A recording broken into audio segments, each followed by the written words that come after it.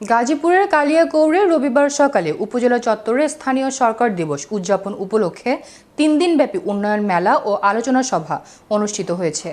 এ সময় উপজেলা চত্বর থেকে একটি র্যালি বের করা হয়। এর আগে ফিতা কেটে ও বেলুন উড়িয়ে অনুষ্ঠানটি উদ্বোধন করা হয়। মেলায় 12টি স্টল রয়েছে। অনুষ্ঠানে সভাপতিত্ব করেন উপজেলা পরিষদের ভাইস চেয়ারম্যান সেলিম আজাদ। এ সময় উপস্থিত ছিলেন উপজেলা নির্বাহী কর্মকর্তা তাজওয়ার আকরাম সাকাপি ইবনে সাজ্জাদ, উপজেলা জনস্বাস্থ্য প্রকৌশল কর্মকর্তা নাসরিন আরা পোষণ, উপজেলার সমবায় কর্মকর্তা সাবিরা খান সহ বিভিন্ন স্কুলের শিক্ষার্থী ও বিভিন্ন ইউনিয়নের চেয়ারম্যান বৃন্দ। পরিষদের সকল স্টলে আপনারা এগুলো দৃশ্যমান। উপজেলা হয়েছে বাংলাদেশের মধ্যে একটি মডেল উপজেলা।